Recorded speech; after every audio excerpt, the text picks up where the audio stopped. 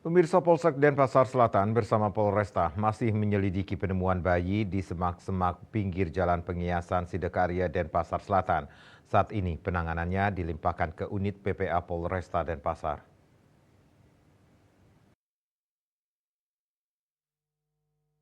Warga menemukan bayi berkelamin laki-laki tersebut sekitar pukul 5.30 WITA, Rabu 20 Februari 2025 di sebuah semak-semak pinggir jalan Pengiasan X Sidakarya.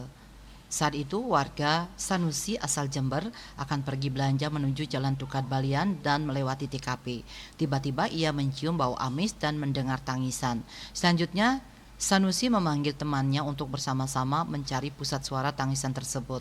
Hasilnya, mereka menemukan bayi laki-laki dalam kondisi masih hidup dan berbalut kasa halus dengan bercak darah. Atas penemuan itu, warga melaporkan ke instansi terkait.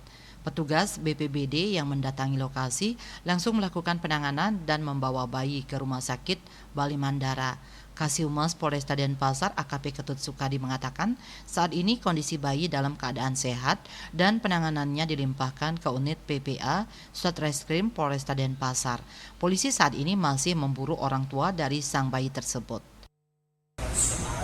Peristiwa penemuan bayi itu sampai saat ini Polsek Densel telah melimpahkan kasus itu ke unit PPA Polresta Denpasar, dan Polresta Denpasar sekarang telah melakukan penyelidikan terhadap pelaku pembuangan bayi tersebut.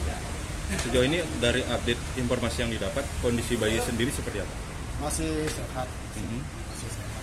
Dan kita harapkan memang sehat selalu. Ada himbauan, Pak, untuk masyarakat sendiri? Ya, bagi masyarakat yang mungkin ada informasi terkait keberadaan bayi itu, mohon segera diinformasikan ke Polresta Denpasar dan khususnya unit PPA Polresta Denpasar. Rai Swantara, Bali TV.